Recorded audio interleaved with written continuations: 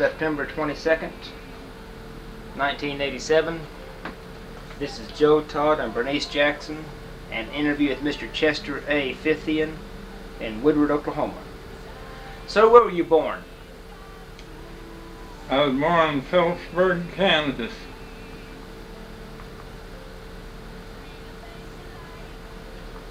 And when's your birthday? December the 14th. What year? 1895. 1895. Who is your father? W.R. Fithian. And your mother? Catherine Fithian. What was her maiden name? Mars, M-A-R-S.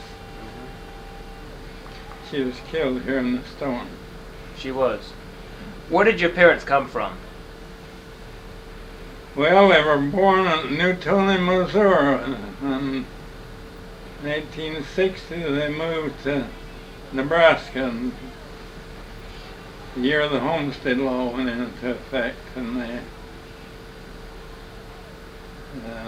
their parents took homesteads up there in north Nebraska, Johnson County, and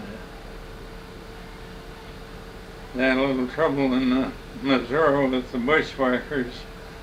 They came in one time and took all their cattle. They had 6 milk cows, I think it was, and they left them one cow. They had some little children, and they left them one cow and took their 4 horses and left one blind mare. And they got scared, fear they'd do more damage, and they hitched them up to a wagon and drove to near Ames, Iowa, and made a crop there. They rented and helped the man in his field, and made a crop, and then they drove on to Nebraska, and Johnson County, Nebraska, in 1860. Got there in 1961. 1861? Yes, sir. Mm-hmm. When did they move to... As their parents, yeah, my okay. father and mother's parents. When did they move to Kansas? When did they? Yes, sir. Golly, now you got me there.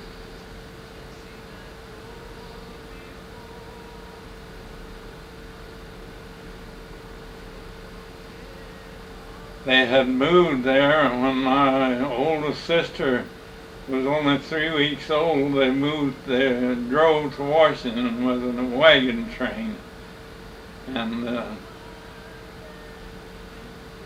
I don't know what year they went up there, but it was near Bird City, Kansas. And they worked, my father did, he and another fellow with building stone quarry up there to make money to live on. They didn't raise any crop. And then they decided to go to Washington, and that was 81 that they drove to Washington. It was a caravan of 13 wagons, a wagon train. Where is Washington? State of Washington. Oh, state of Washington. Okay. Yeah, they drove to North Yakima. That is, they settled at North Yakima. And lived there, and he had a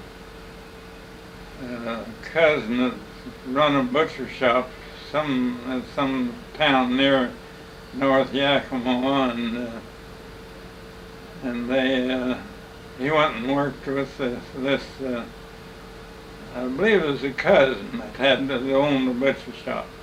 His name was Estes, Henry Estes, and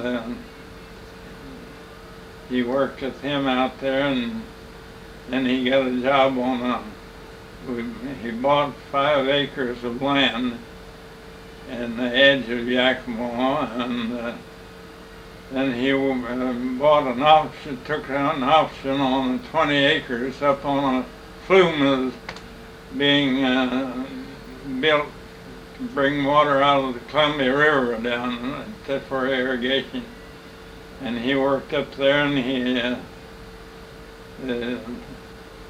one cold day they had their overcoats on, and boss came out, and my father had a team of horses and was running a slip or a scraper, with dirt, and he was building some kind of embankment along this ditch.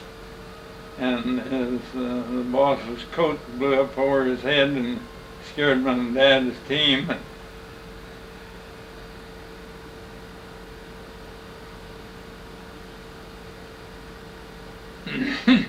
I don't know whether I can go on or not for a little bit. Okay.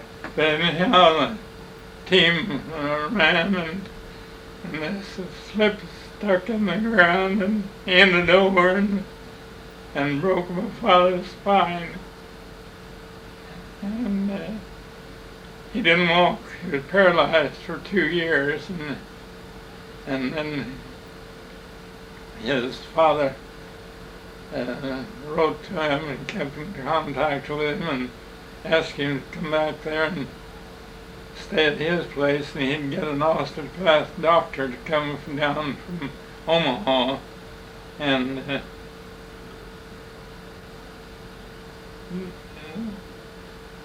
work on his, he was paralyzed from his back. It struck him about the small of the back and a slip handle. And he was paralyzed for 2 years, and this doctor came down from Omaha and worked with him for several months. I don't know how long. It was quite some time. We were staying at my granddad's place there in Sterling, Nebraska. And one day my father had been working on this osteopath head, and he went back and he felt a little tingling in his feet and one foot and a toe, and he called my mother.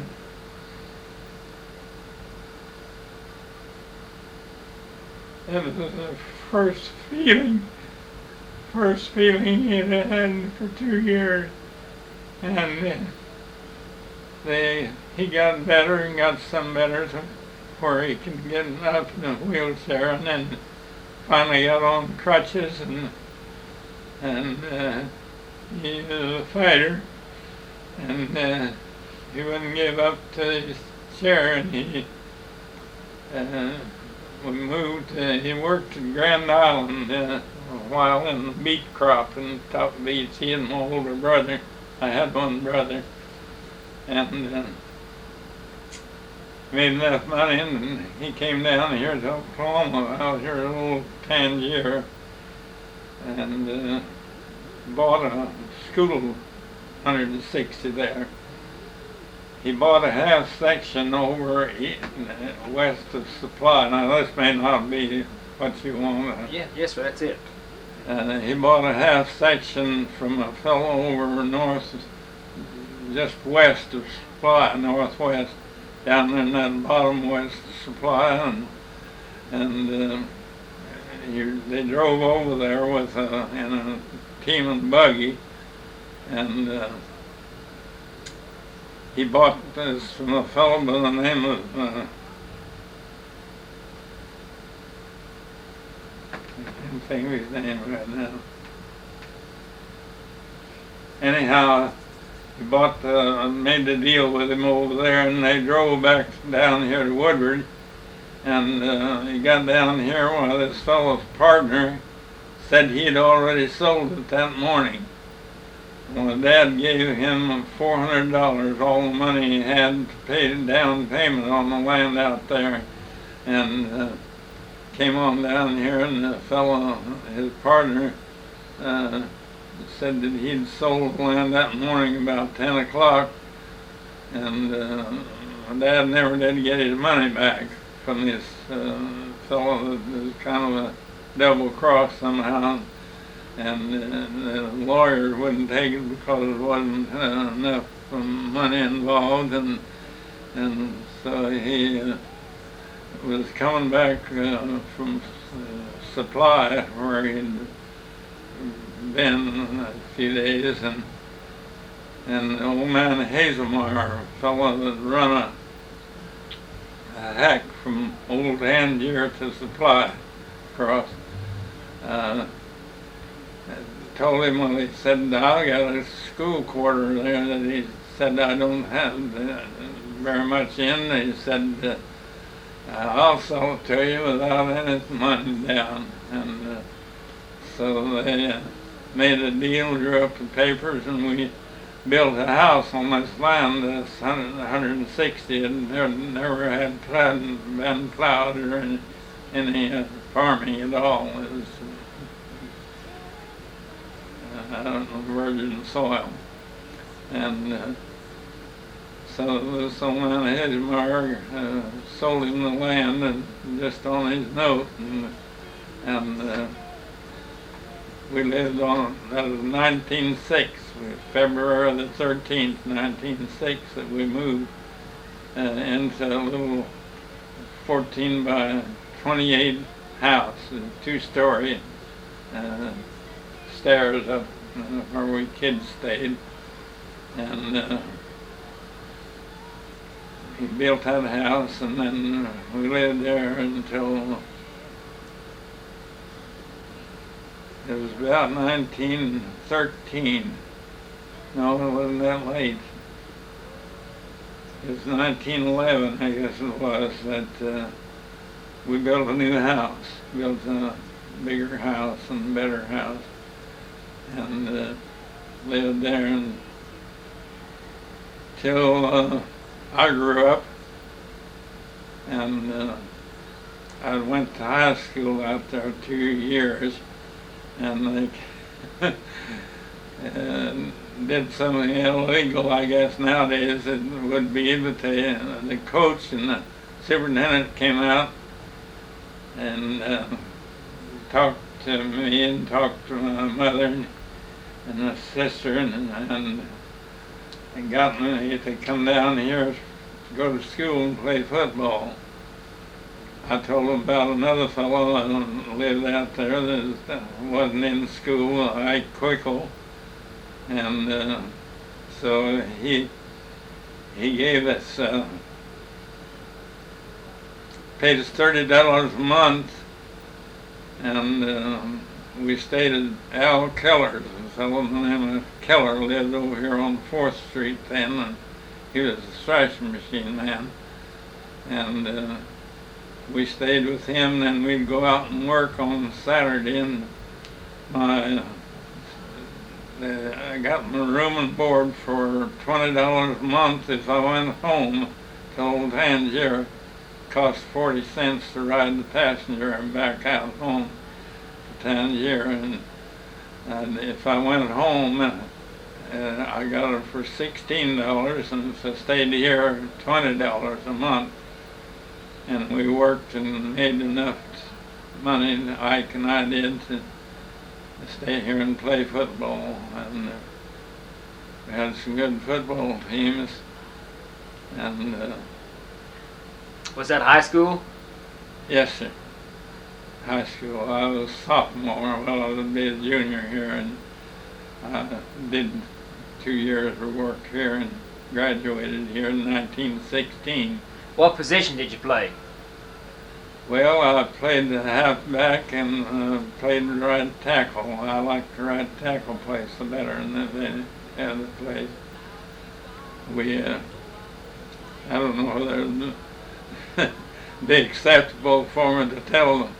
We was playing Cherokee down here one time. I quickly had a pair of canvas flannel gloves on, and he was running a corn sheller. And his dad told him to oil the gears, and he shot oil in there, and it caught his hand and jerked his hand in and jerked that part of his hand off. He just had one little finger, and tore his hand up so that they couldn't do anything putting it back. And he had he always wore a leather covering over his knuckles, over the end of his hand, and he was real stout in that finger. We were playing down at Cherokee one Friday afternoon, and one of their players came up from Bellering and said that big fellow was hitting and slugging him. He said, and told the referee, and the referee called a timeout and talked to us, and I said, slugging you. He said, which hand was I slugging you with? He said, your left hand. And he stuck his hand up there, and he said, I don't have any hand. He said, I don't have any hand. The referee kind of laughed and went ahead and playing, and the fellow had a little trouble with him again about punching him with. He punched the fellow, I guess, it hurt about as bad as he had in his fist. And we used to talk and laugh about him hitting him with his fist, and he didn't have any fist. But we beat Cherokee 27-0 anyhow. The only team that beat us was a junior college at Alva. They had a 2-year college up there at that time. And we went up there and played, and they beat us. They were all grown men, of course. And I don't know why the coach matched the game. He kind of overstepped his bounds. You play football in college? No, I never went to college. I did all one. Well, I did my college work in the summertime, and I took the teacher's examination the same year I graduated in 1916, and passed. I got a certificate, a third grade certificate they had called them then, and I taught school out here at Woodward district. They called it at that time out south of Fargo, and I taught out there. That was the last of the 16 and the first of 17. Taught school there, and then. I was going to ask, do you remember Statehood Day? Oh yes. Tell me about that day. Well, I remember them talking about it, and they.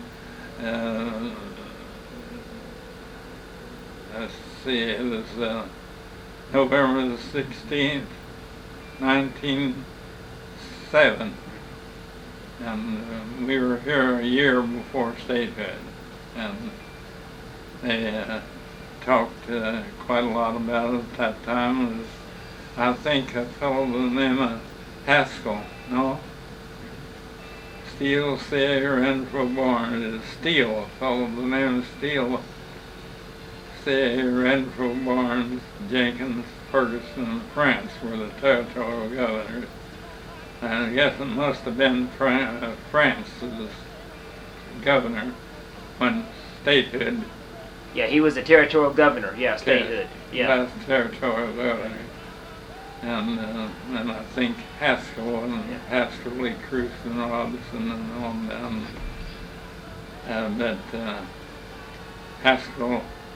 The capital used to be at Guthrie, you know, and they had quite a time. Haskell stole the capital and papers and took them back to Oklahoma City, and took them to Oklahoma City, and then moved the capital. They lost the capital at Guthrie. Do you remember the town of Tangier, and can you tell us how it was laid out and how big a town it was? Oh, I don't think they had over, at one time they had about 1,100 that they talked about, people who lived there.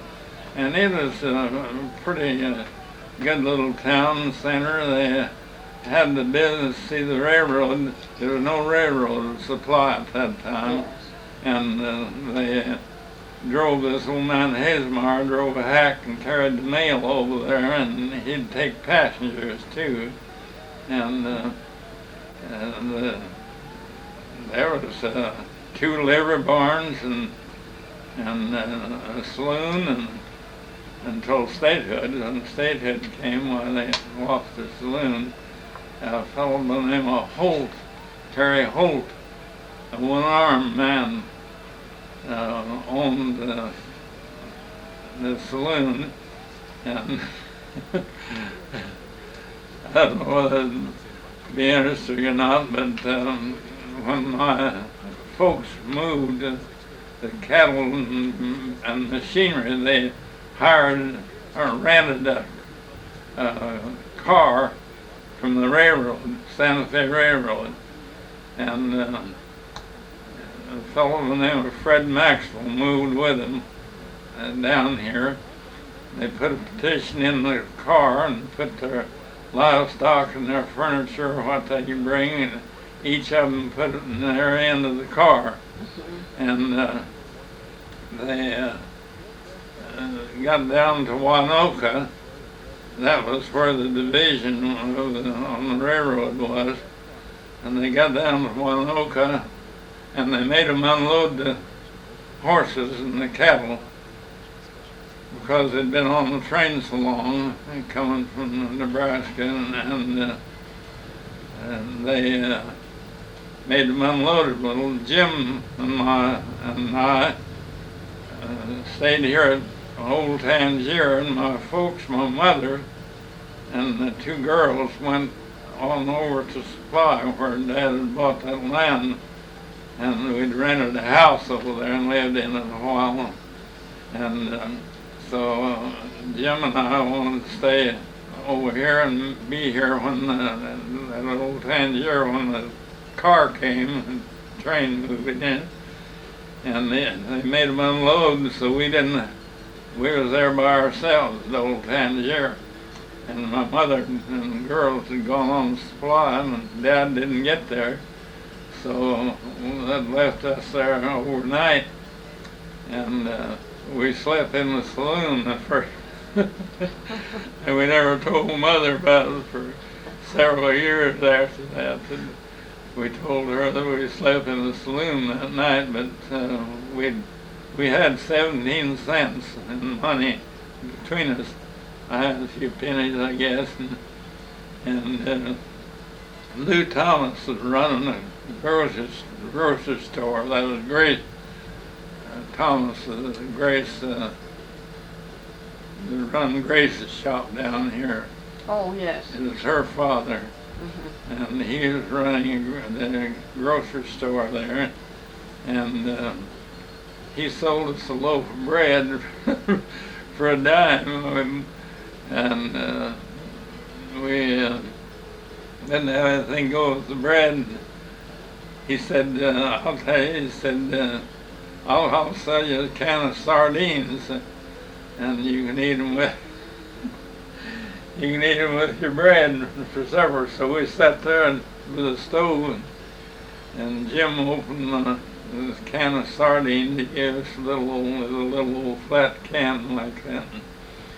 He opened them, and he took out one of the sardines, and he said, well, they didn't dress these fish. He said they got tinsel in them, and he threw the can of sardines in the coal bucket, and we never eaten any sardines and didn't know how to put them up then. And we didn't have any sardines with our bread, but we ate some bread for supper, and the next morning we didn't have any breakfast, and we waited around all day, and the train got in there about 4 o'clock, and this fellow sold the bread to us for a dime. He was right up. We told him our dad was going to be there when the train pulled in, and so he was right down there to get his dime from my dad, and we'd run out of money to spend it all for sardines and one loaf of bread, and we got another one. This fellow's name was Starr, that run the bakery, and he sold us a loaf of bread for a dime, and then he was up there to see that he got his money. And Dad couldn't hardly take it that we'd stayed there. He knew we'd stayed in the saloon that Harry Holt was his name. He had his arm off, I guess just above his elbow, and he played the violin. He'd put the bow under his arm and used and took the fiddle in his hand. He used to go with the show, but he was a good player and played good music. And with his violin, he used it up, fingered it with it upside down, and had the bow with the hair up, and he held that tight under his arm, short arm. Well.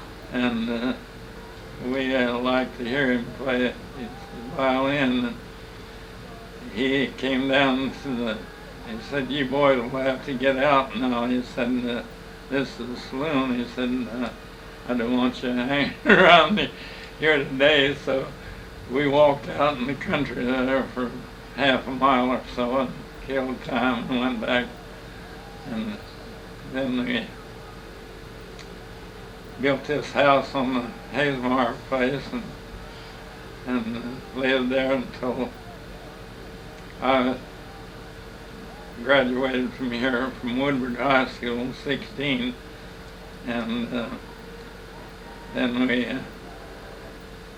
taught school 2 years. Ed Hardy that lived out here in the district next to Hohauer district came over one day and he said, "Fithian," he said, what are they paying you here?" And I said, "Well, $55. And so we said, "We can beat that." He said, "We'll give you 65. And he said, "If you corral these big Dutchmen like you have over here," he said, "we want you over in our district." So I went over there and he said, "We'll give you 8 months term and $65. So the next year I went over there and taught 2 years. And then I went to the Army. It was 19, it was July 22nd, 1917. Let me back up before we get in the Army. Could you describe the inside of the saloon?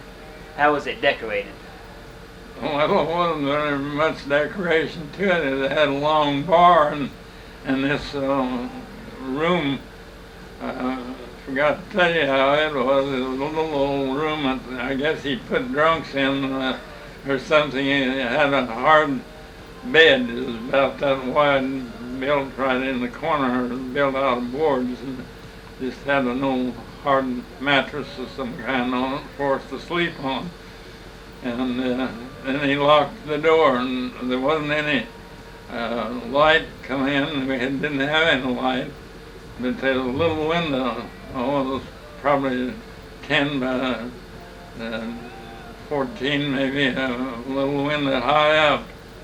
I don't know what it was built for, but it was the only light we had and come in from there, and he locked the door on us, and we stayed in there overnight and got what little sleep. We rolled around and couldn't go to sleep on it. And I told Jim, I said, "Well, we can't get hurt because he locked the door." And yes, but he said, "If this thing would catch a fire," he said, "we'd get hurt." But I don't recall. He had a pool table in there, in the room, and then that long kind of a bar outfit where they had stools all along next to it, and that was about all there was. Were there tables and chairs inside? Sorry? Were there tables and chairs? Oh, very few of them. They had bar stools there for the bar, and I don't remember any chairs or any. What about on the back bar? Was there a mirror or anything behind the bar? No, I don't think so. They had this pool table in there, and I guess they played pool while I was resting from drinking or something, but I think he kept pretty good order, and he didn't have there wasn't any trouble in particular that I know of. Harry Holt, no, was his name, and I think he had a brother. He had a brother that lived down here, but I don't know his name. Who was the sheriff at that time? Beg your pardon? Who was the sheriff? Oh, golly, I don't know whether there was one or not. They had a city marshal, I know, because the superintendent's name was George Wakefield, and Ed Halley was the principal, high school principal, and That was in Tangier? no, down here. Oh, at Woodward. Yeah, and a fellow by the name of Hubble. Wait just a minute.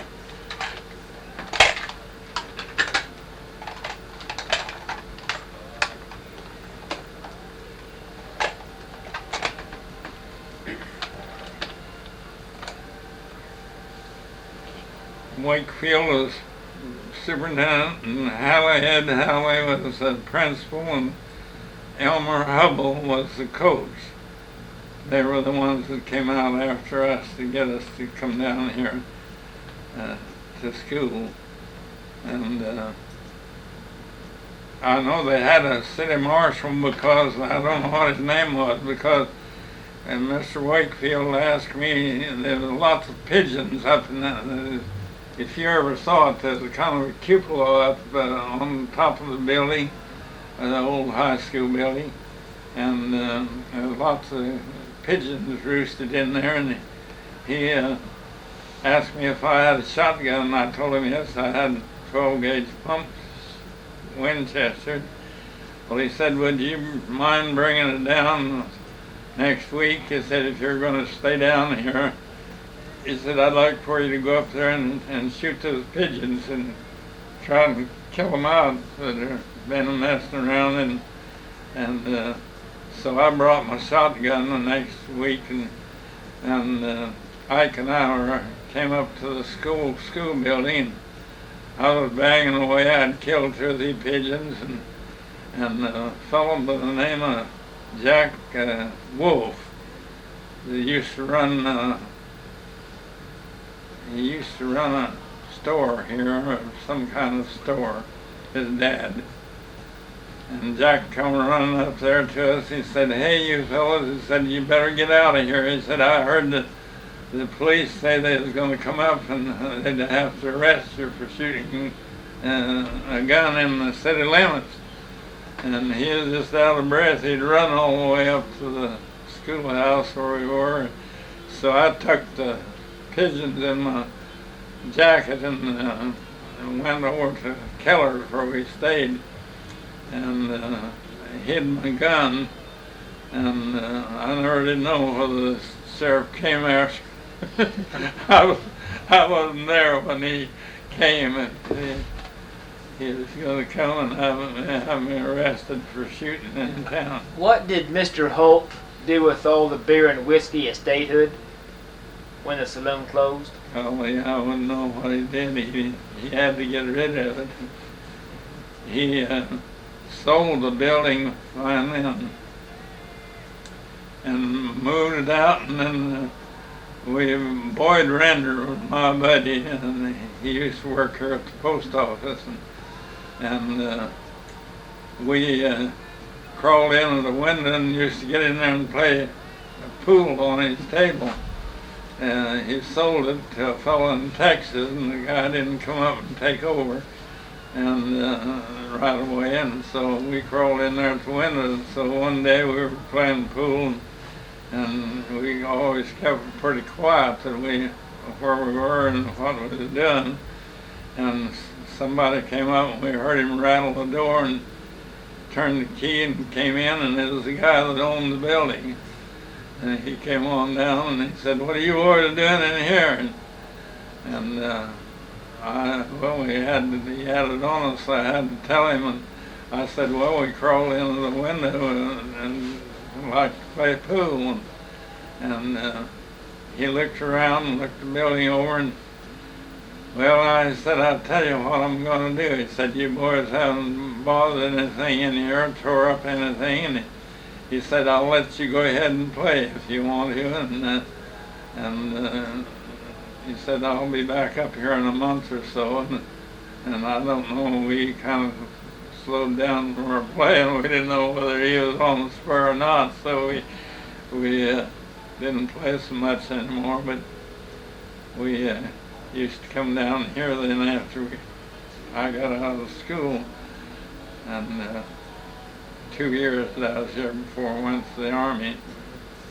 Did you teach in a one-room schoolhouse? Yes, sir.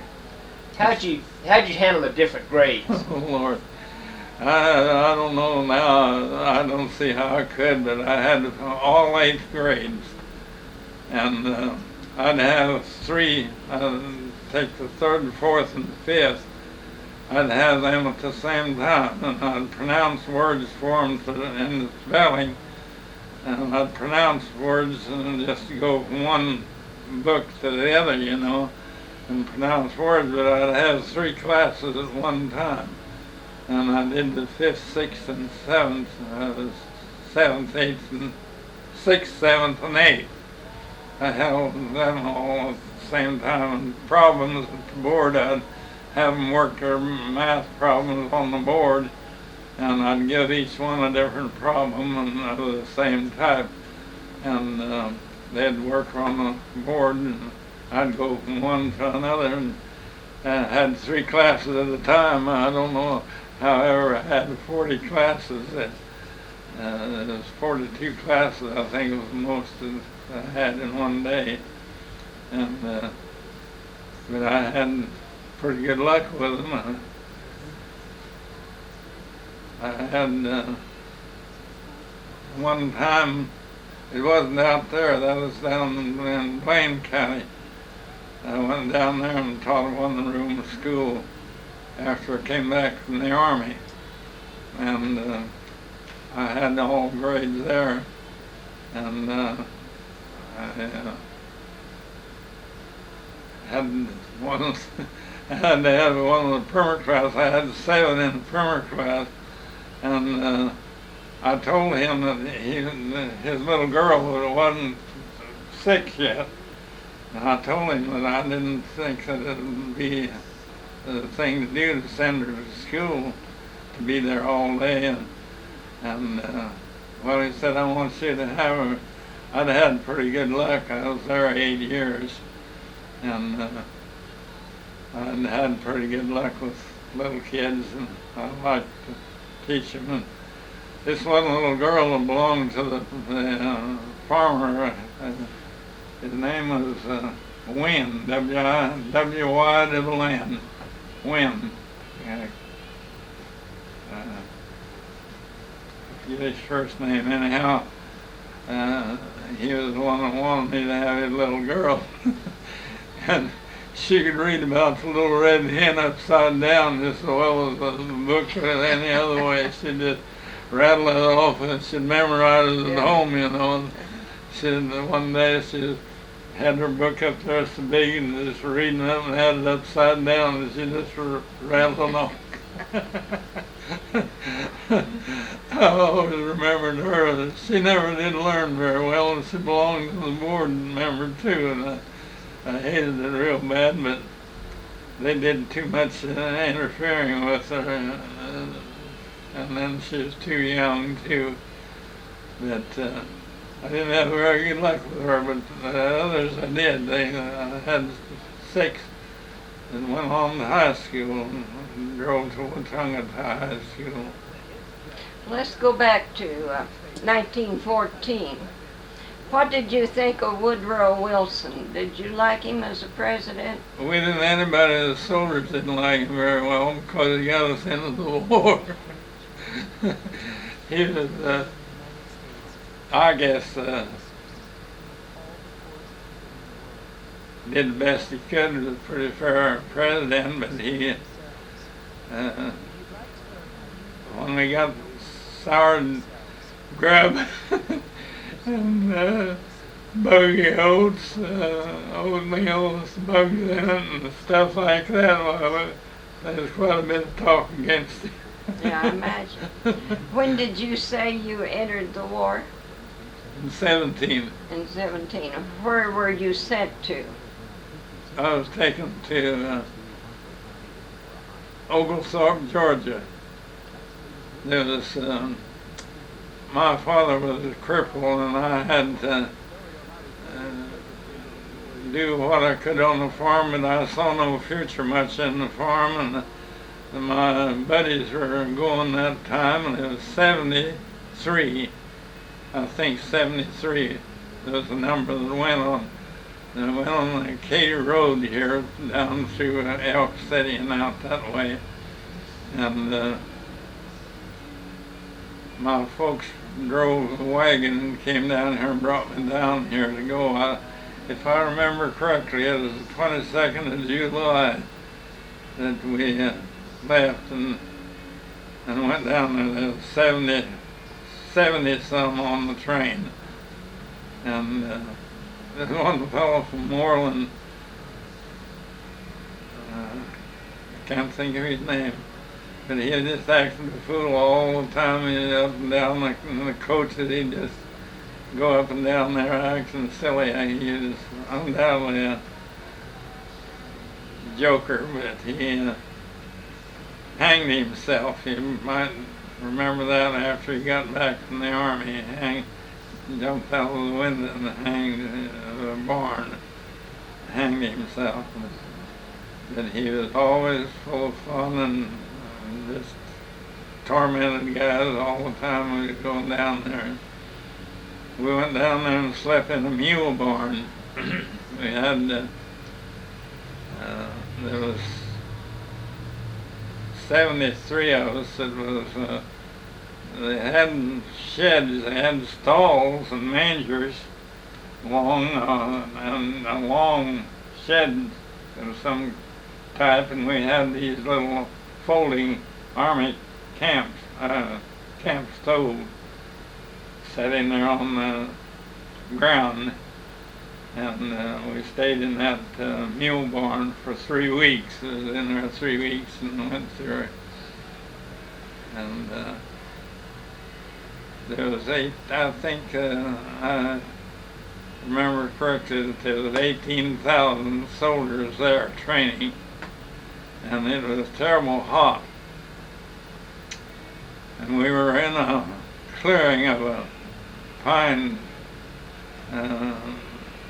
timber, pine groves, pine trees all around us, and this was built up soil from the trees that had been there for years.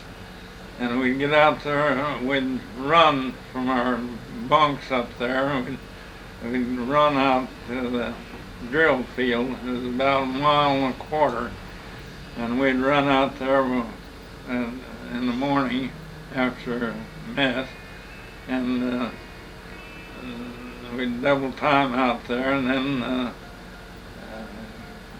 we'd be out there maybe an hour or so, and the dust would just float up. There's no air or wind, and the dust would just rise, and you couldn't see another platoon off 50 yards. You couldn't see them at all. You could hear them hauling and calling command, but you couldn't see anything. It was that dusty. And my eyes got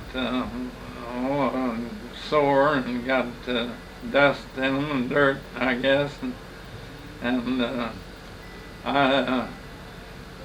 the officers called us all up one day, and we didn't know what was the reason for it at that time, but they had us in a company front, lined up in a long line, 3 deep.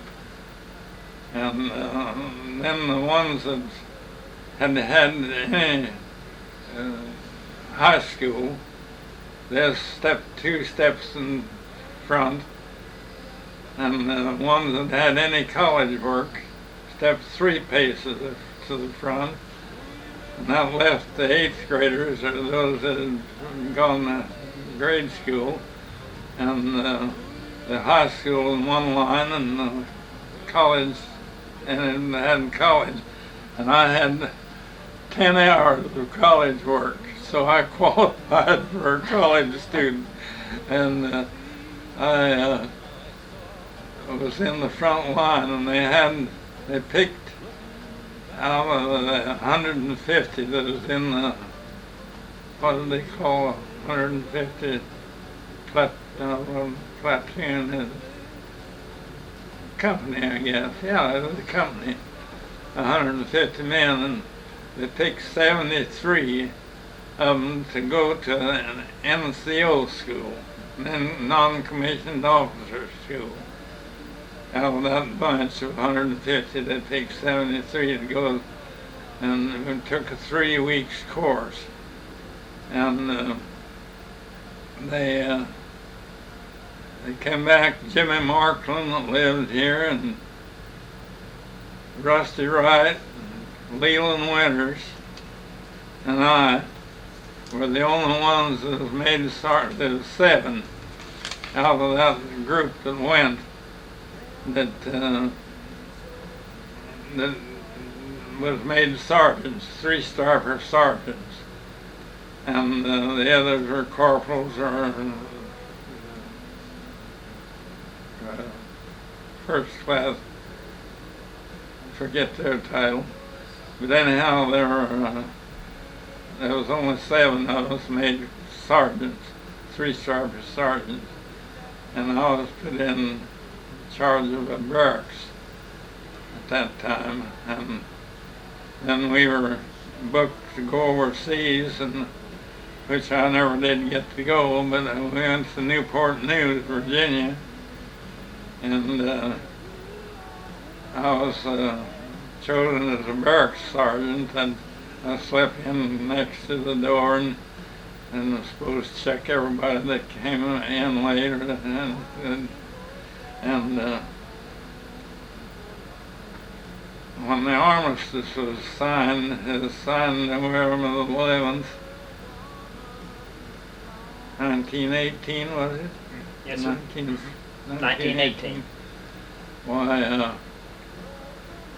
just all pandemonium broke loose, and people came with just dozens of soldiers came and kicked my door open, and I had 40 boys in there in my barracks, and I was sleeping there by the door, and they kicked my door open, and I tried to stop them and stop the head guys, and I said, "Oh, shut your damn mouth." They said, the armistice was signed, and they were celebrating, pounding the mess kits and everything they could get a hold of, and just went right through my barracks and out in the front door and out at the back one. Well, I reported down to headquarters, and they said, "Well, we'll let them celebrate a little." Said the armistice was signed, and that was November the 11th.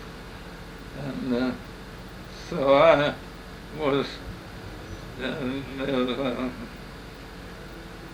a major general came and checked all of the companies. There was 18,000 men there in the camp, and he checked all the companies, and he chose a battalion to go on over to Siberia, and we were checked with our baggage, and we checked back for 3 blankets and just what we could carry, and then we were all ready to go and had our heads. We decided, my company decided to clip our hair short, and I had pretty hair, and long rather hair, and combed it up, and I thought lots of my hair, but anyhow, I went down to a barber, two or three others went with me, and this barber cut 2 or 3 heads of hair and came to me, and I got in and he run a machine right up through the middle of my hair, covered back over, and then started cutting on. Oh, he said, I forgot to ask you how you wanted your hair cut. He'd already ruined my pretty hair. Did you go to Siberia? No, I didn't get over there. The Major General took the flu, and I was sent down to the YMCA to, taking up some fund for something, and I was in the corner, had a little desk there and a table, taking up donations, and the fellow came along and he stuck out his hand and he said, Sergeant, he said,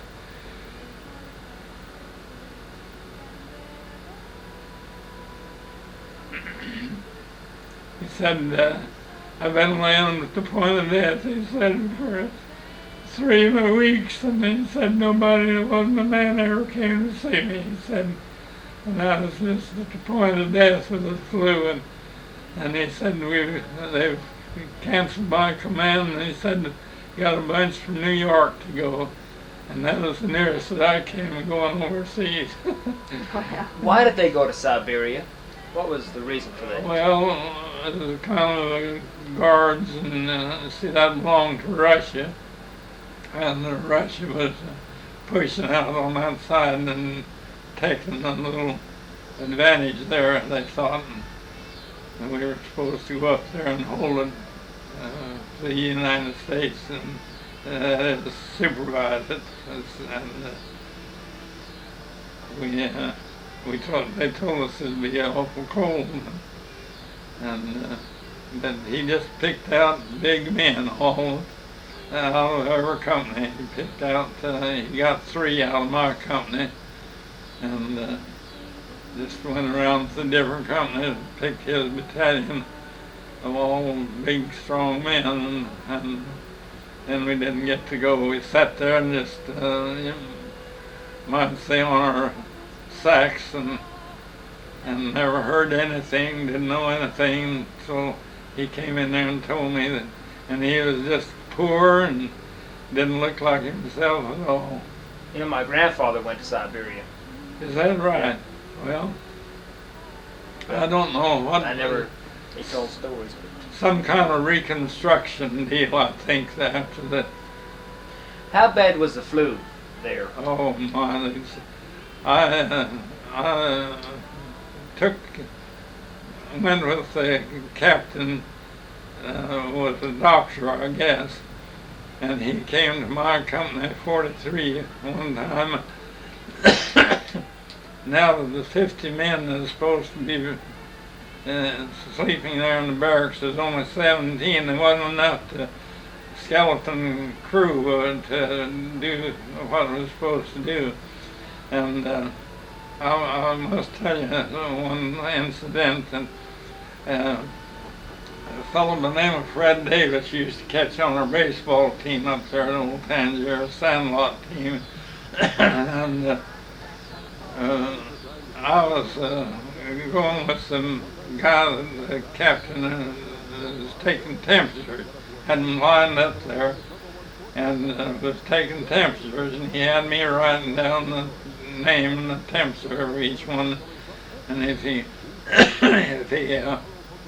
found somebody that had too much temperature, why, they'd put them down to what they call the isolation camp, and so there was a fellow, somebody coughed real hoarse, and I looked around and Fred Davis was squatted down, leaned back against the side of my barracks, and I was out in front with this doctor taking the temperatures, and I looked over there and saw him when he coughed, and he said, kind of put his hands up to his mouth and said, Chet, he said, I want to see you. He said, I feel pretty bad. I told him I was on duty and I couldn't you couldn't talk to him right then, and it has to go on. I took 3 guys up to the clinic and in the ambulance and got back down there where Fred was gone, and I wondered where he went. He was the drummer up at headquarters, and he'd walked down there, and the next morning about 8 o'clock, the orderly came down and wanted to know if I'd accompany his body home. He died that night of the flu. He knew he was going, but I never will know what he wanted to tell me. But we were ready to expect him to move any time and go, and I wanted to stay with my bunch. And I told the orderly that I couldn't go. And I didn't go home with him.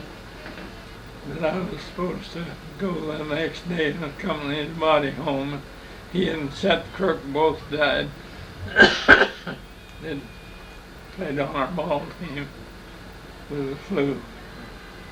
Did you ever go by the canteen in El Reno? They had a canteen there for the soldiers. No, I never. In El Reno? Yeah. That was the first canteen set up for World War I. Well, no, I never was down. I was awful lucky. I never did have the flu. I was a little lightheaded one day. I was on duty and with a bunch of fellows that was doing some work over there, and I felt kind of just like head swam a little bit, and I knew I had a little temperature, and I took sick leave and didn't report duty that day, and got all right, got feeling all right, and drank lots of water. And Ick Roach, he went to isolation camps. They didn't have nurses come in the morning and then at night, and they didn't have enough nurses. And Ick Roach took sick with the flu, and he didn't want to go. Well, he was next to me on my bunk, and I went down to, I told him I'd try and get him something. I went down to the, I'm telling you things that you probably know. No, go ahead. Anyhow, he said he was just feeling real bad, and so I went down, and he wouldn't report, and I went down to the place where they sold stuff. I forget the name of the place now, a little joint where they had a restaurant and all. And I asked the guy that was running it, it was kind of an L-shaped tables and counter. And I asked the guy, I said, I want a pound or 2 of sugar. And he said, I can't sell any sugar. He said, we use it here. And he said, I can't sell that. I said, I've got an awful sick buddy up there, and I want some lemons and some sugar.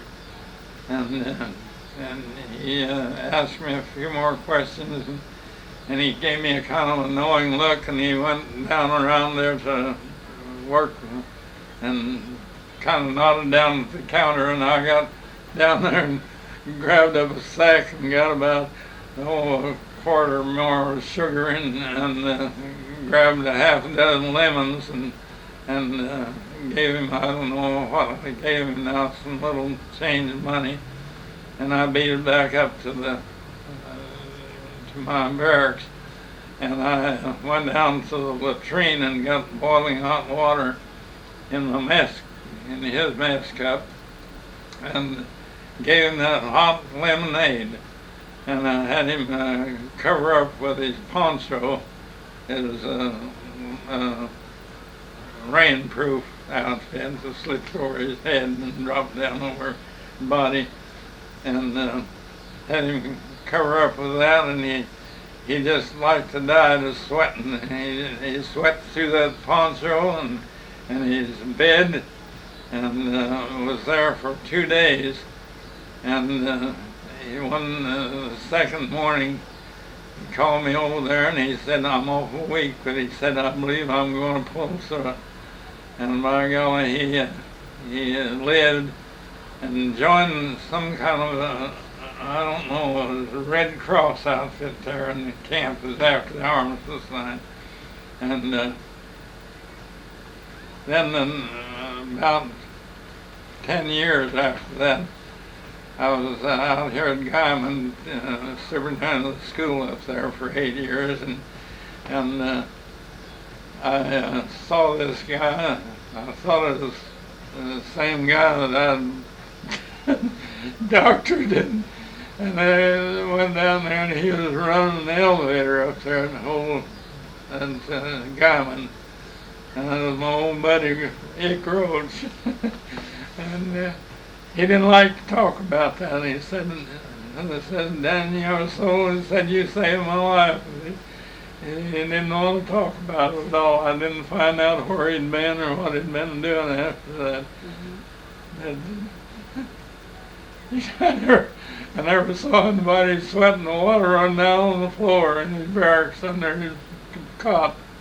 I never saw a man sweat that much. And I told a class in high school. That went down there, and one of the girls told the doctor that she knew it, and he said, it's just liable to kill him. He said he might have killed him. He said, well, I said he's going to die anyhow. I told the girl he's going to die anyhow. When did you get out of the Army? Huh? When did you get out of the Army?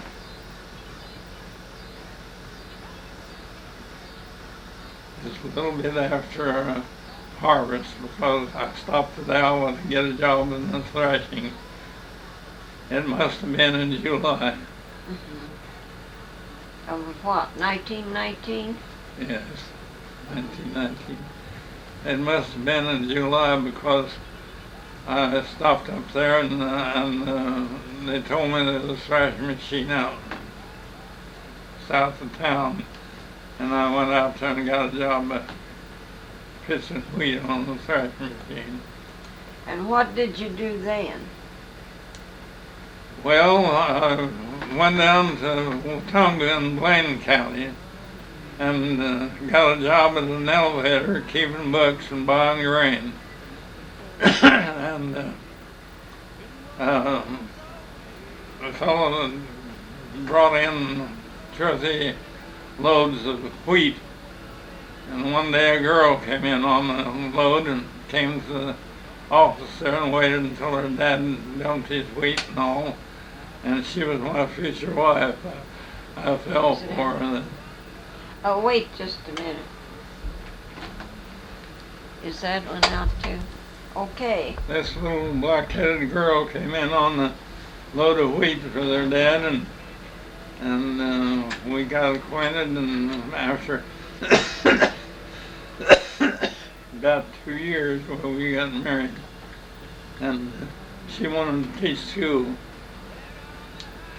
and I told her that I'd better work, and she said, no, I want to teach school.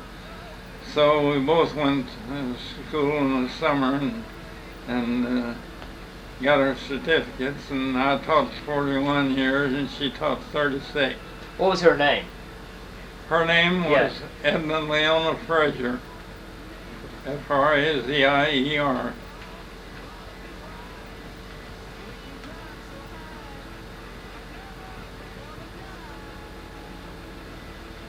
She's a fine little woman. We were married, celebrated our 60th wedding anniversary, and it was the 27th of August when we were married, and we celebrated that anniversary, and then she died the next June, fell dead in here, and I was out in the garden watering, and she called me to come in and watch Wheel of Fortune with her, and so I came in and didn't quite get through watering, and after it was over, after Wheel of Fortune was over, I went back out. I said I'd have maybe a half hour yet, and I went out there and finished and come back, and there she lay. And there was, well, she had told me though before I started out, we had an agreement that I'd wash the dishes if she'd cook my meal. And I started out and she said that she didn't wash the dishes yet.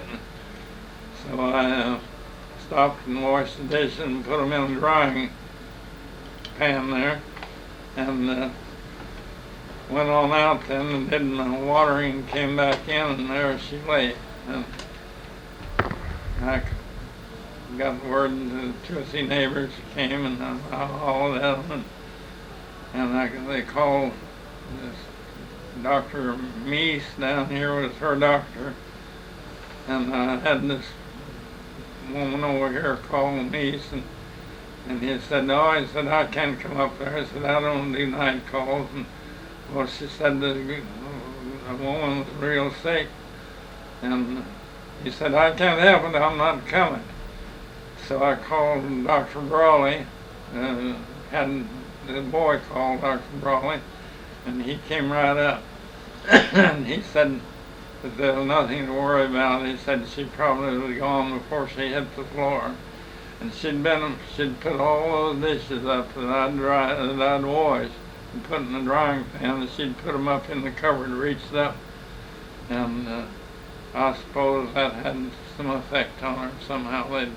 I've heard since then that no one should reach up quickly or down either one if they had. That's right. But she'd never been told she had heart trouble. She'd never been in the hospital but once. Dr. Meese did that? Beg your pardon? Dr. Meese refused to come? Yeah. Sure did. And I didn't know what to do, and I hollered over here, and this lady over here, I said, call Dr. Brawley, and so he came right up, and he said she was gone when she hit the floor, and there's nothing to worry about. Tell me, where were you during the Depression and the dirt storm days? I was out at, I was teaching a rural school down there, and I went out, superintendent that I'd coached for 5 years, called me and wanted me to go to Boise City with him. Oh. So we went to Boise City, and it was dusty. We went and didn't have air conditioning then, and we'd hang, Leon would hang wet dish towels over the windows. Yes, I know. The windows may just be black and dirty the next day, and that's we'd get a little air through that way. And I was a little short of money when I started to go out there, and decided I had to resign down there where I was. I'd been there 5 years. And so I had to resign and go out there, and I heard that there's no game, no quail or anything like that in the country that died in a dust storm. And so I sold my shotgun for $40 and got money left to pay a guy all this out there. Mm-hmm. And so we went to Boise City with the superintendent, and I coached for him up there 3 years. Were you in Boise City during Black Sunday? During what? Black Sunday. Where were you at Black Sunday? I don't That was April the 14th, 1935. 35. 36. I was at Longdale, Oklahoma, coaching there. I coached there 3 years. I was in Longdale. Down in a little town there by Canton, North Yes. Canton. How long were you in Boise City? 3 years. 3 years? And the brother-in-law of my superintendent, C. Yarbo, was the superintendent, and his brother-in-law lived at Goodwill.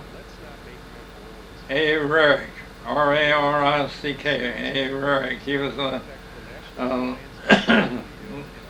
sold land and whatever job that is, I forget the name of it. Anyhow, he called me and he said if you come down here, he said he had to go in as superintendent and finish the guy's term out. And he said, I don't want to teach school. And he said, if you come down here and coach, he said, you might get in after this term's over, you might get in as superintendent.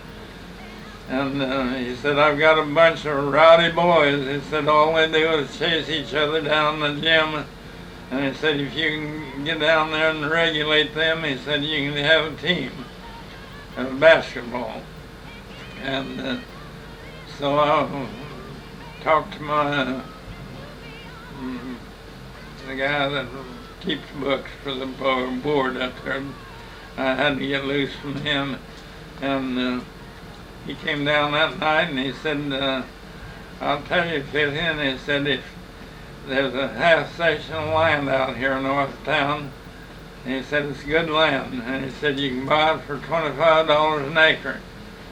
And he said if you buy it and run my gas all trail station for me this summer, well, he said, I'll loan you the money to make your down payment if you don't have it.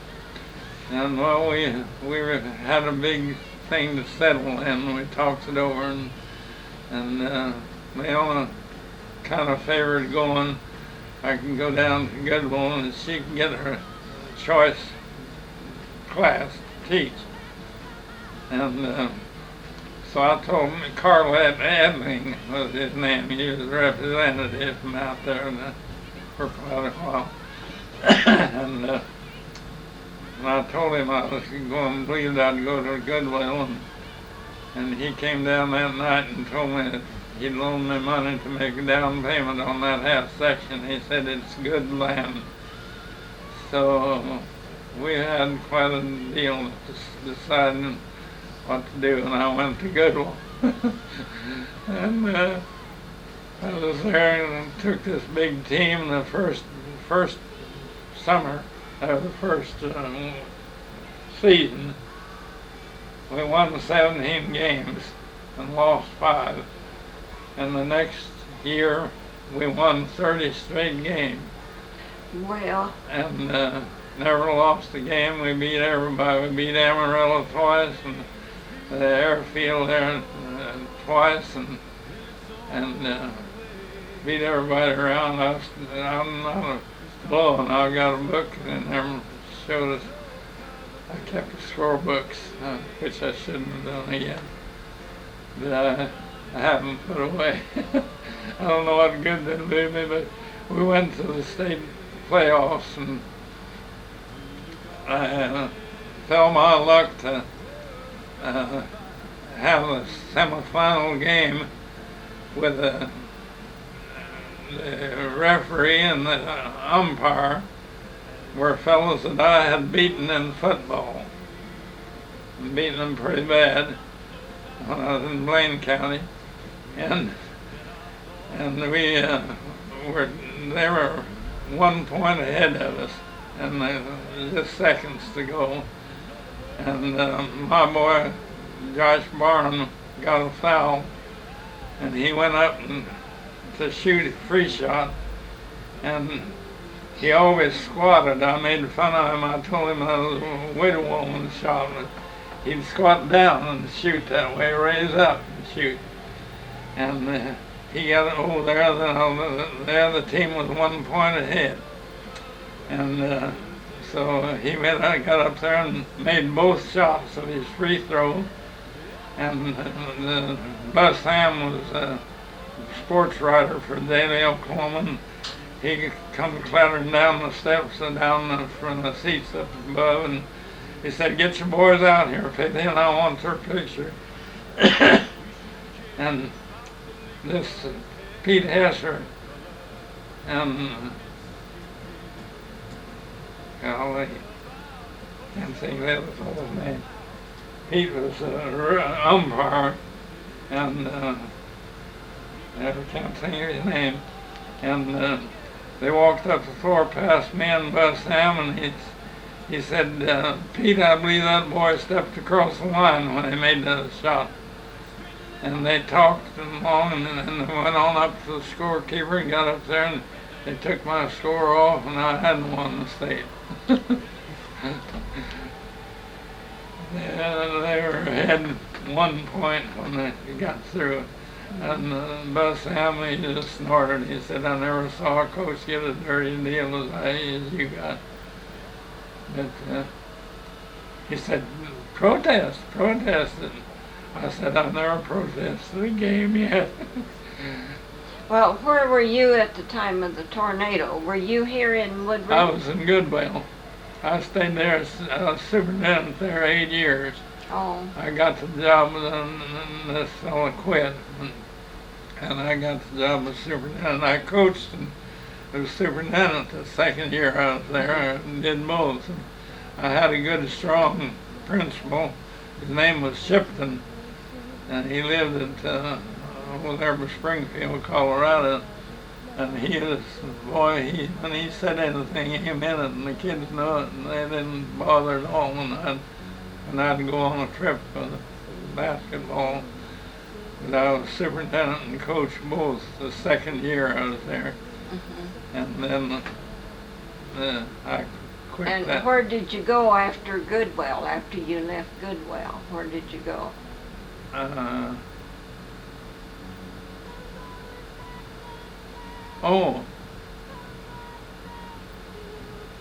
Let's see, I was there 8 years. I went to Beaver. That's where I've seen you. Yeah. I've been sitting here trying to figure out where I'd seen you and heard that name Fithian. I was in Beaver 5 years. That's right. And then was when I retired. I had a bad foot, and they only came down to the hospital, the Amarillo Veterans Hospital, and she came in and walked up to my bed, and she said, "Chet, I did it." I said, "You did it what?" And she said, "I signed up over to Liberal." Oh. She said, "I signed to go over to Liberal, and there was a couple that I'd fished with up in the mountains, and quite a lot, and we'd had lots of fun with them, and they were there." He was superintendent at the time. Well, I wasn't in school at that time, but I went back every year, and I was up there working, and I knew I had seen you, and that name Fithian I like has Beaver. I was there 5 years. Yes. Had pretty good luck. I had one occasion where I had a boy that I had a big room in the junior high, 8th grade. He was a husky boy, and he was sitting back there, and I was drawing out the Pythagorean theorem on the board and explaining it. And I looked back there, and he had his head down and wasn't paying attention. And I said, "Carl, you better pay attention." I said, "I'm going to give you a test over this tomorrow." And so I went ahead and drew out the triangles and all and on the board, and looked back there, and he had his head down again. And I went back there after him. I was going to catch him with the hair, and I don't like to get him with the hair and the collar and shake him when they just absolutely confronted me with meanness. And he had his hair clipped, and I couldn't get hold of his hair. So I just picked him up and took him, and I said, "You just stand out in the hall the rest of this class." I said, "I don't want you in here and infraction of rules." And I put him out there. And, that kid went on through college, and he's teaching school there now. Who was that? He lived over there on the river. I don't know his name. He lived back over there, and Which, west of Beaver or east? huh? West of West. Beaver? West. West, southwest. Southwest.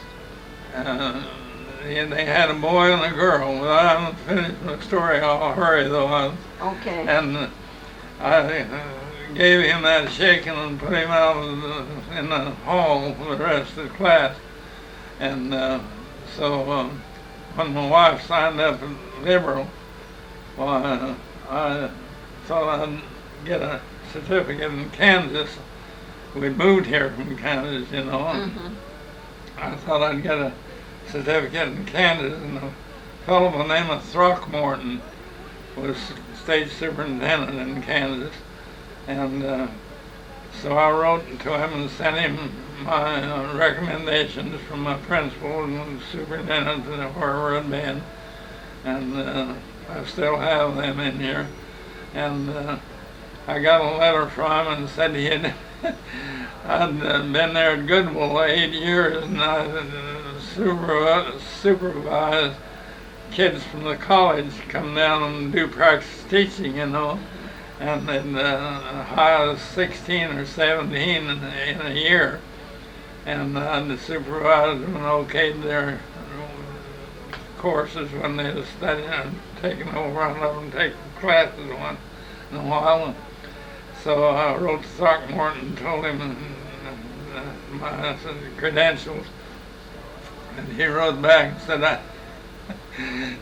have to go to school and take practice teaching one summer before he could let me have a certificate in Kansas.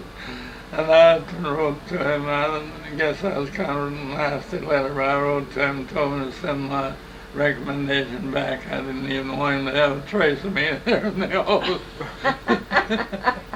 And I retired then. I was 62. I retired, and Leona stayed there 9 years with me, and I kept house and cooked for her quite a lot. Do you have any stories about the tornado here in Woodward? Oh, I was in the school there, superintendent at Goodwill, and the Baptist preacher called me and he said, "Did you hear about the tornado at Woodward?" And I said, "No, you couldn't, static on radios, you couldn't get anything hardly." And I told him no. I said I didn't hear about it. Well, he said it came into the southwest part of town, and he said it did a lot of damage. Well, I said my mother lives in the southwest part of town, and they'd sold the place when I went to the Army.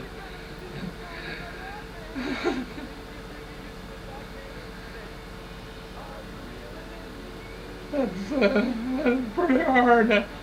When I went to the Army, Dad said, "Well, we didn't sell the place if you go to the Army." Well, I said everybody else was going, my boys and friends, and I said I'm going. And so after I was there about a year, they sold the place and took a place in down here on 17th and Madison as a part payment, and got $1,700 to boot for that place that we had paid for out there. And we never did know what. He fell dead up there at the hospital, and I never did know what was the $1,700. None of us ever knew. But he did banking in Fargo with Ed Hughes when he was in Fargo before he came here at Woodward. And Ed's all right. He wouldn't take the money, but somebody did. And so what was I going to tell you? About the tornado. About the tornado. And this, I called right out to my Ed to Hamilton. I forget his first name. He was a clerk from my board. I called out there and told him there'd been a tornado down there, and he said, "Well, turn the school to Mr. Shipton and let him handle it, and I'll come by and pick you up and take you down there." So we did. He was Shipton was boss when I left. He kept school, and we got down there and we couldn't get within a block and a half of Mother's place. And got on over to where she had lived, and her house was all gone, completely gone, with but a strip of flooring about that wide. Well, here's something I want to tell you. You may not believe it, but it's God's truth. And we we went in and finally found the foundation that was about 6 feet wide. And we'd gotten a woman had 2 little kids to stay there with mother. And she stayed there for her room. And we didn't have to pay her anything. And she had those 2 little kids, and she put them to bed in a little bed with a mattress in it. I don't know her name to this day. And we got down there and looked around. We didn't find mother, I don't know whether I can tell you this or not. We didn't find anything at all on that strip of flooring in our house. And it's a 4-roomed house. And so the woman was gone with the little kids. And mother told me that she got the woman to come with her and hold pillows against the glass in the big door, all glass nearly, and hold pillows against them so the hail wouldn't break it out. And the woman felt that the vacuum came, and she felt that the house was going, and she whirled around and grabbed the little kids and that mattress up in her arm, and it rolled her and took her off down there about a block east, and took the mother a little farther north. And her arm was almost cut off her hand, and she lived about 3 weeks. Well. And this other woman didn't hurt her. It just bruised her all over, but it didn't hurt the little kids. She just had a death grip, had them right up against her with her arms around that little mattress in the bed, and took her off down there to, I can't think of those people's names, but he's principal of the school here, and mother lived, we didn't find her, and couldn't find her here on records, anything, and so there was some officer in the army came along and had been here to help, I guess, and he said, let me check the list. And he found a woman, her name started with K.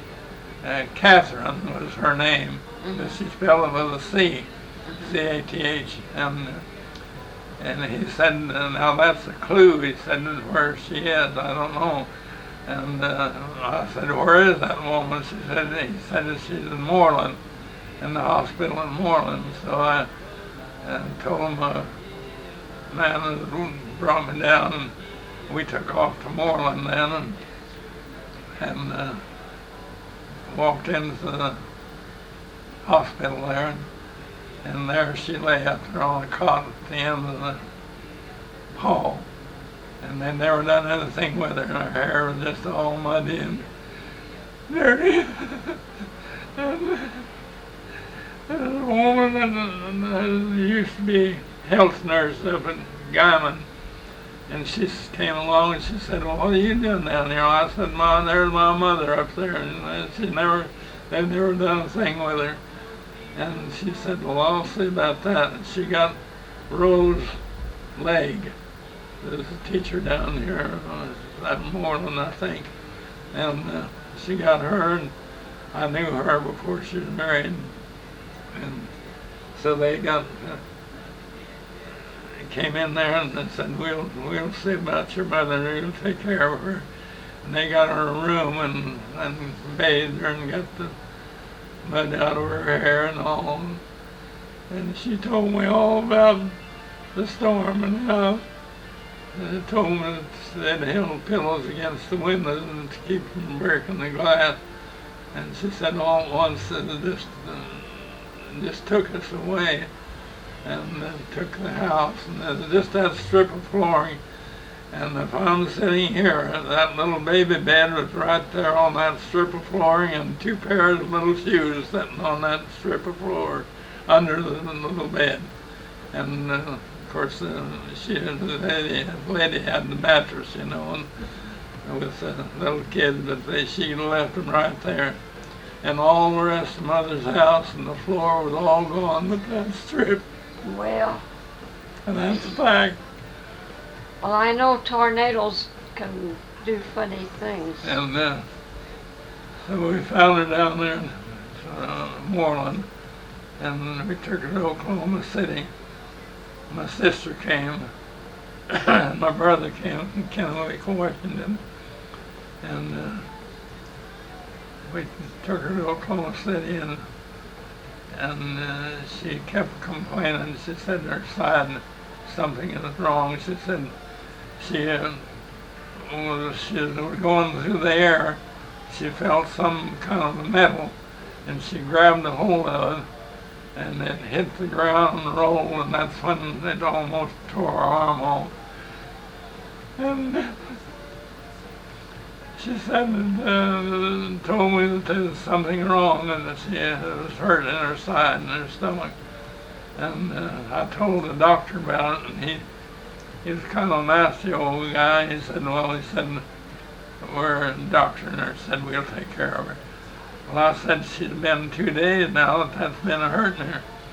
And he kind of threw his head over his shoulder, and he said, we'll see about it. And they finally, after she passed away, they found out she had locked bowel. Her intestines were crossed. Well, And gangrene had set in, and she died. yes. I always felt those doctors had taken just a little suggestion from me, but they didn't want to. But she told me all the time, she said, my side, there's something wrong in my stomach. But you were living here when your wife died. Yes. Oh, what? When your wife died, were you living here in Oh, this no, I house? was in Goodwill. No, I was in Goodwill. Oh, you was We in drove Goodwill. down, I got my friend. I mean when your wife died Oh, yes, I was right here in this house. in this house.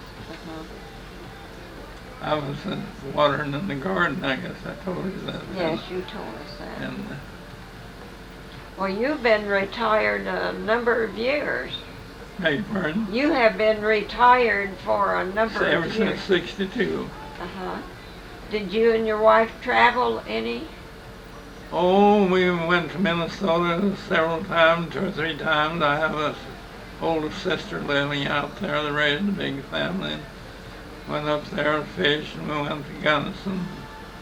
Just short trips around. We didn't make a big thing on it. Any of your sisters? I went to Washington. Pardon me? Any of your sisters living or brothers? No, I'm the last man. You are. I had 1 brother and 4 sisters, and they're all gone. They all lived to be 80 or better but the youngest one took to appendicitis out in California by Avery, is the name of the little town there.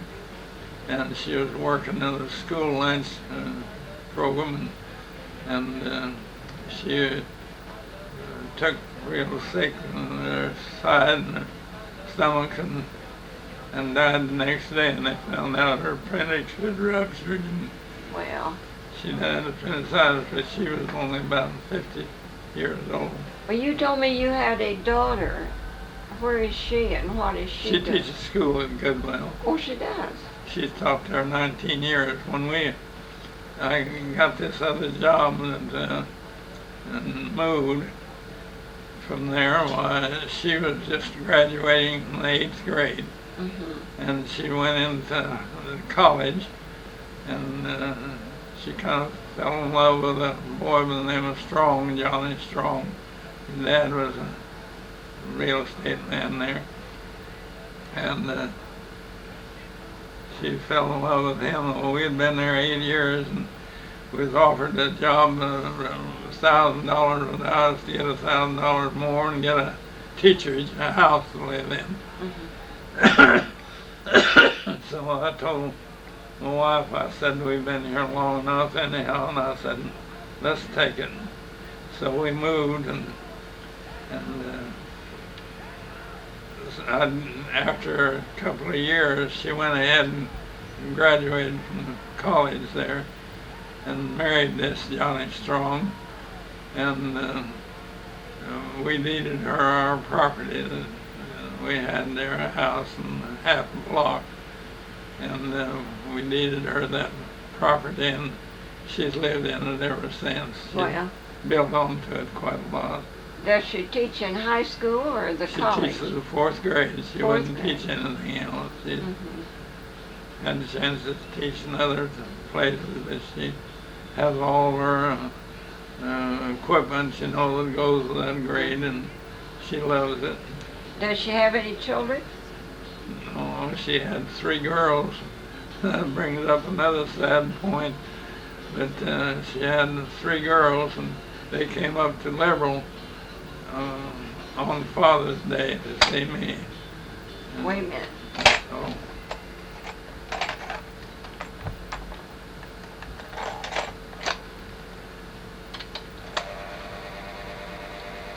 The little girl was 2 years old, and they came up there to visit me on Father's Day, and they started home, and it came a little rain.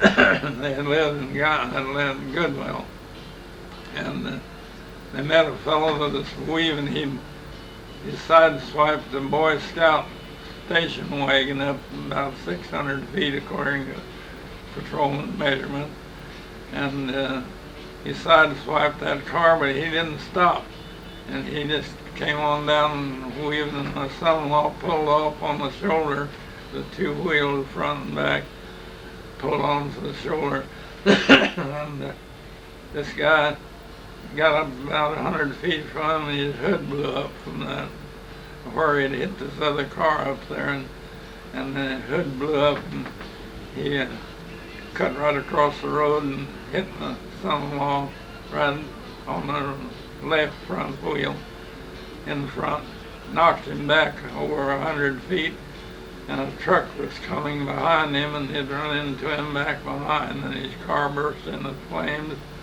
and killed a little girl, 2 years old, broke her neck on the back of the seat, and killed my son-in-law, and killed this old man that had an open bottle in his car, and his wife, killed them both. The old man died about 3 days afterwards down at Amarillo. He killed his wife right there. Just 4 people died there in the wreck. And there was a fellow that came up and stopped, and he said to Fithian, if you need a witness, he said, I saw a patrolman take the bottle out of the car, it was about a third gone, and he said he took it out of the car, and he said, if you need that as evidence, he said, I'll take an oath. As I saw it,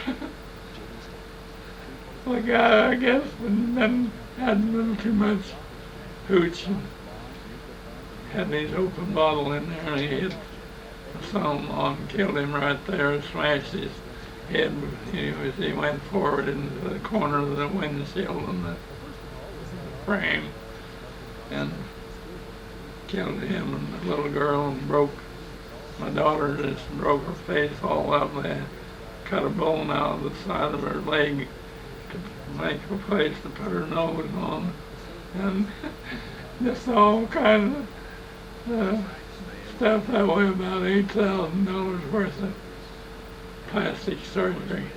And well, did you have other children besides this girl? no, I just had the one girl. Just had the one girl. Yeah. Well, She comes to see me every once in a while.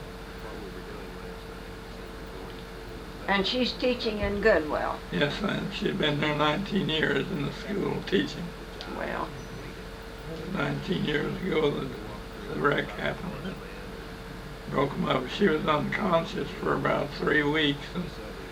And at Amarillo, my wife and I just moved down there until they got so they could get moved out of the hospital to Goodwill, or to Gunnison.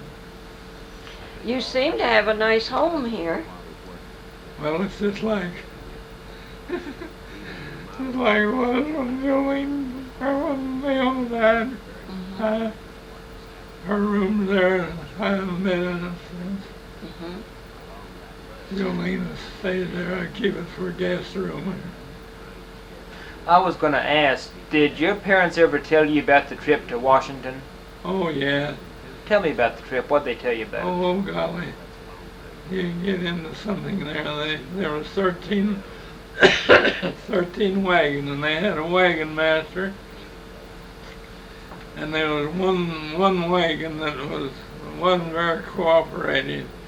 But they had what did they call the Bermuda, the extra horses. And they got up in Wyoming somewhere, and somebody stampeded their horses, all of them, and of course they had those saddle horses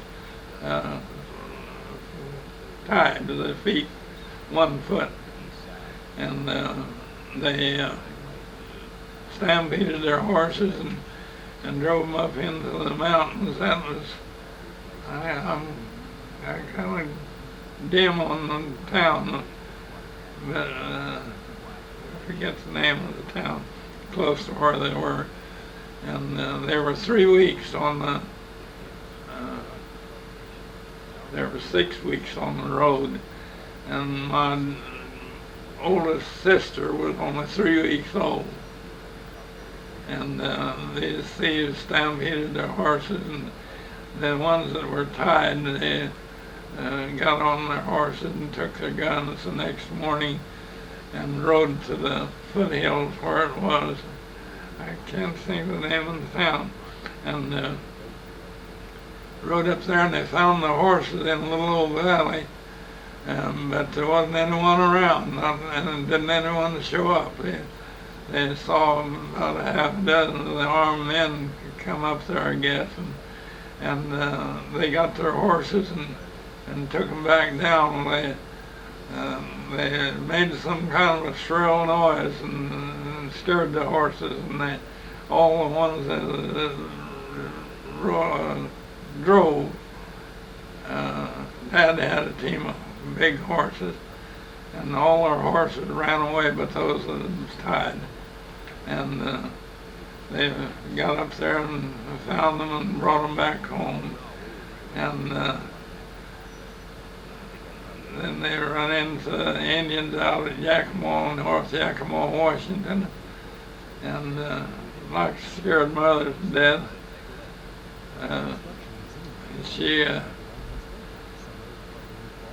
They came to some river that they had to cross, and it was in a canyon, but there was a bridge across, a narrow bridge across it, and it was quite a ways down, 50 feet or something like that, in deep, down to the water. And the bridge just went across there, and they couldn't drive their horses across.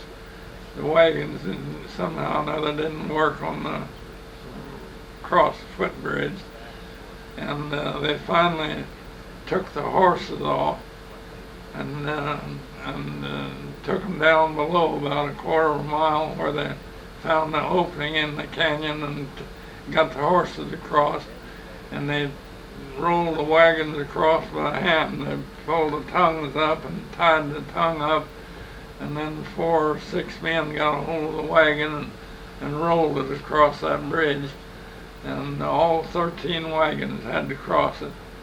And then the scared mother to death, and they had her wagon. She had a little girl, and they got the horses across down there and got into quicksand down below the canyon where it opened up.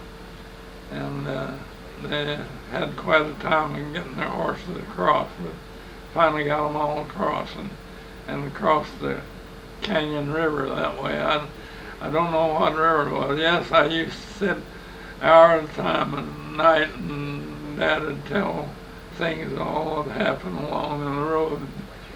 And they had one fellow that wasn't very cooperative, and they killed a deer. The dad was an antelope, I guess, and they butchered the antelope, and this fellow had been kind of nasty, and he dropped out of the regular train and was quite a ways behind them, but still he followed along.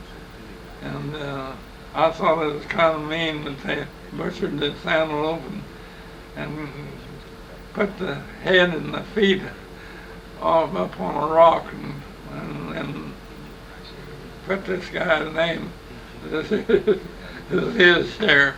I thought that was about the meanest thing was done.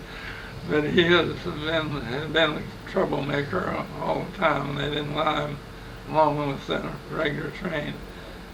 But Mother said that the old wagon said it just jar and jolted along, and my sister was just 3 weeks old when they started. How'd they cross the Rocky Mountains? Well, it was up somewhere in Wyoming or Utah, and that's where they got into where they stole their horses. It was right up in, they'd been crossing the mountains. It was just a trail. There's no way, no roads built yet, no good roads. And they told about crossing a river, and Mother said they hired an Indian to take her across the river with Nettie, my little sister.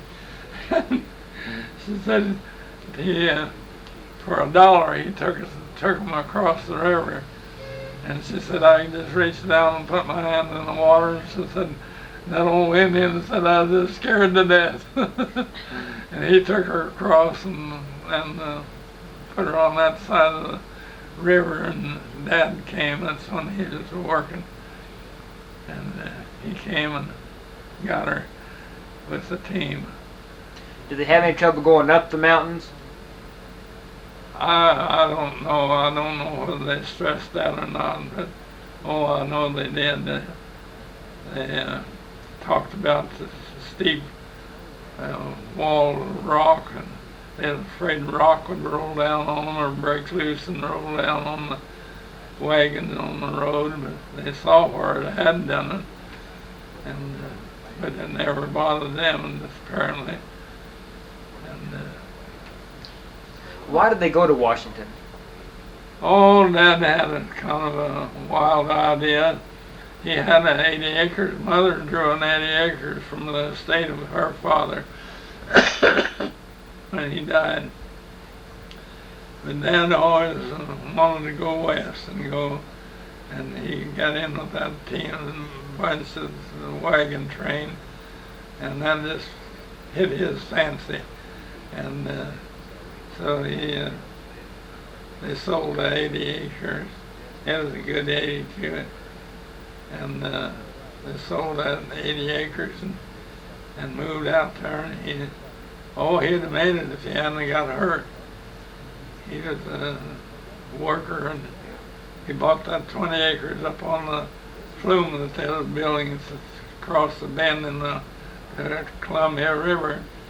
And he bought that, and he had that 5 acres down there in North Yakima. And we had a cousin of his came to visit us out here at Old Tangier, and he said, you couldn't find your place now. He said there's business buildings all over that 5 acres you had. It was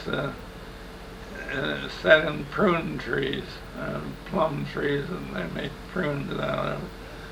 And it was a good layout. Mm-hmm. He always had wanted to go with elbow room, he said. Yeah. What did they pack to take on the trip?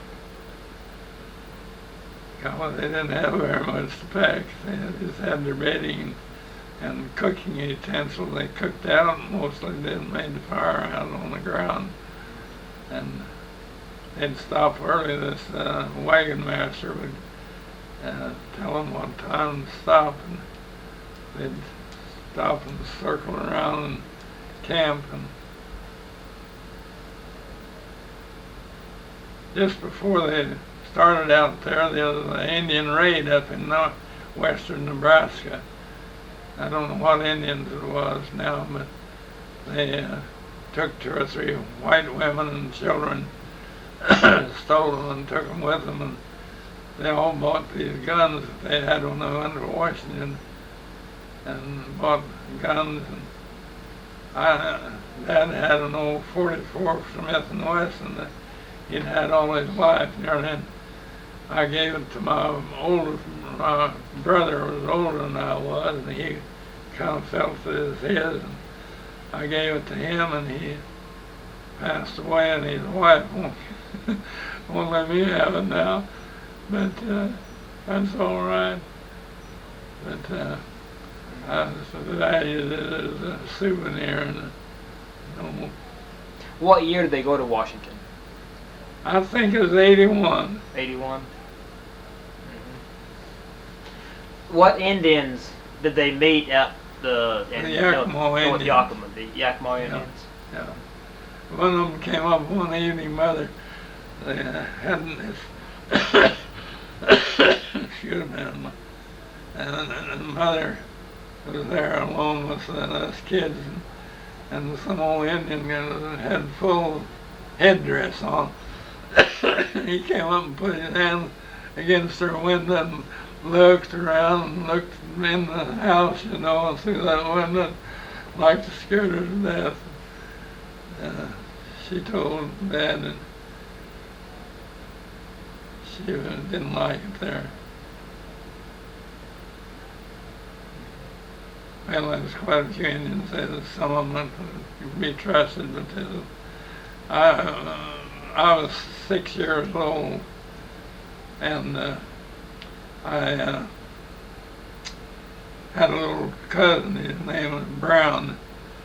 That he had a muskmelon patch, and we'd sell muskmelons to the Indians for a nickel. And one old Indian came along on horseback, and he didn't want to. He wanted to give him some pennies, 2 or 3 pennies. And my little cousin, he was a great little fellow, and he just reared up and he said, "I'll pull you over that saddle. He said, pull you over that horse." He said, "You don't give me the money."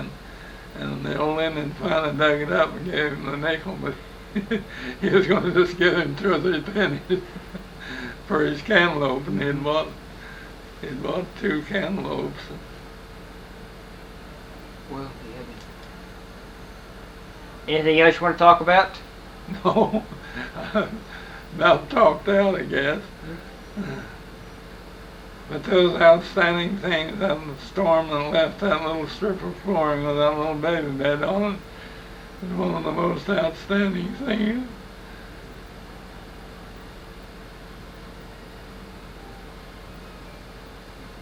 I might tell you that I went back to 2 schools. I taught them 5 years, and moved to a little better school, and then they asked me to come back, and I taught 3 years more of each one of them. Yeah. I taught 16 years in 2 schools. Where did you go to college?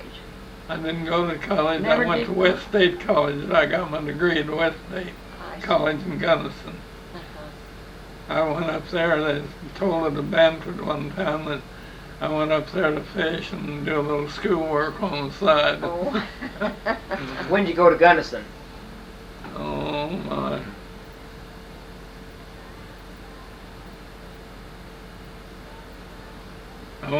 Came back.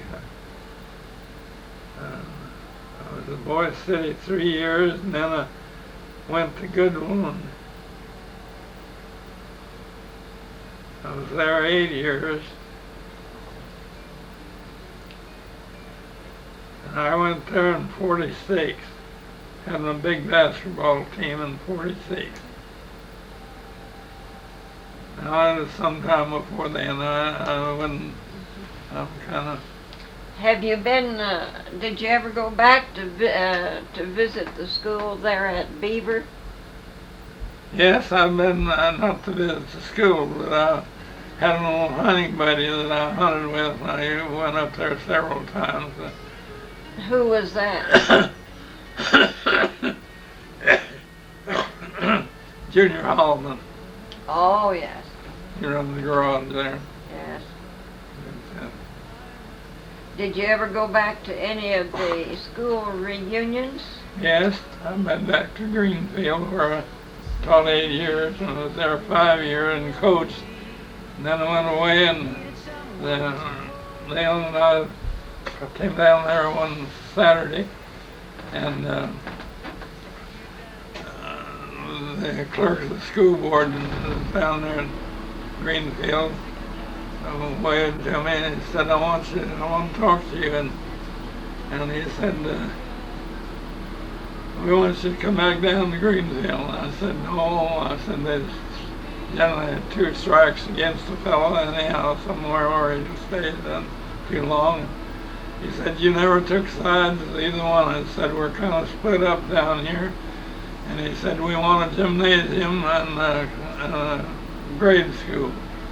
And he said, I believe that you can probably get it over and if you come. And he kept at me and he gave me quite a bit more money than I was getting and gave me on her choice a grade.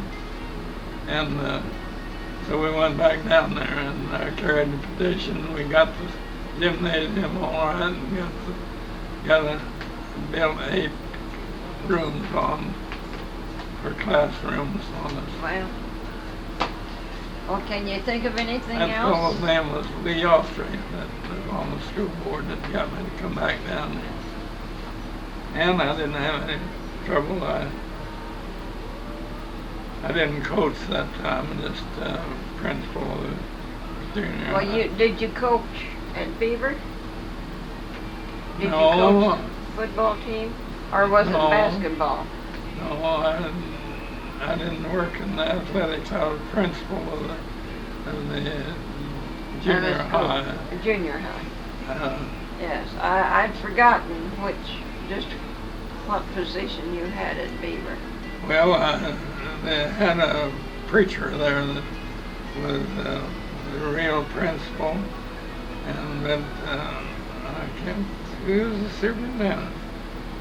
Korn, M.L. Korn was the one that came and got me from this little school up there, and he said, we want you to come to Beaver and teach. And I was there 5 years. When the last year while Leona up liberal. And, would she drive back and forth? No, we moved up there. We sold our house there in Beaver. And we had a house that the banker I had lived in a few years before then. We sold our house. What banker, do you remember?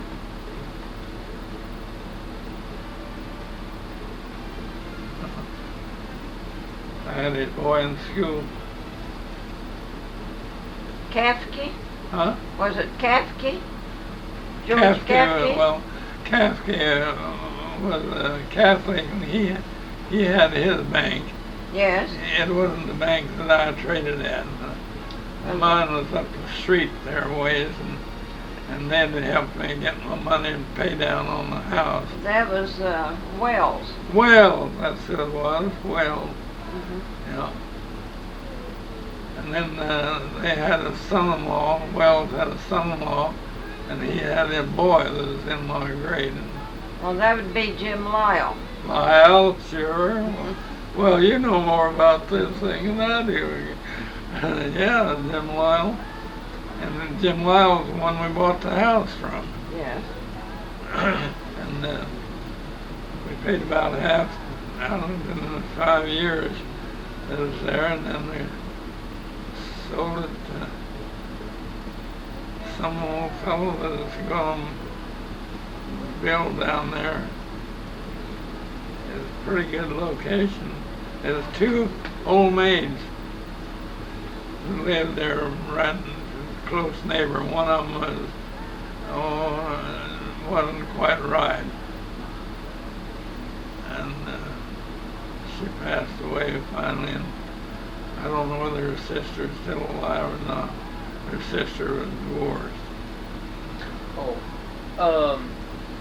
In Boise City, you ever hear any stories about when they moved the county seat from Canton to Boise City?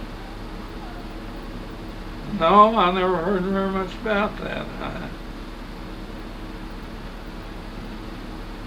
Canton wasn't much of a town, though. It was way on up in Cimarron County. How big is Boise City when you were teaching there? Oh, I think they claimed about 7,000. And it was a pretty good sized town. I run the All Trail Station 2 summers for Carl Edling. I don't know whether you knew any of them around there. Oh, that lake out there is named for him. What? The Etley Lake is named for him. He was quite a worker and a good businessman, and he was representative from there too in Lake. You know Wade Leafborough? Who? Wade Leafborough. Oh, I know his name. Boise City. I didn't know him personally. Did you know Truman Tucker? Truman Tucker? Huh?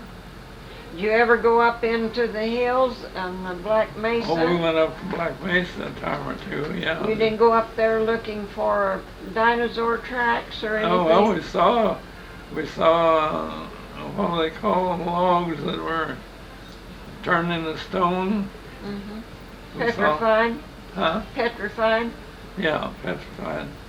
We saw stones that were petrified, but we was always pretty busy up there. And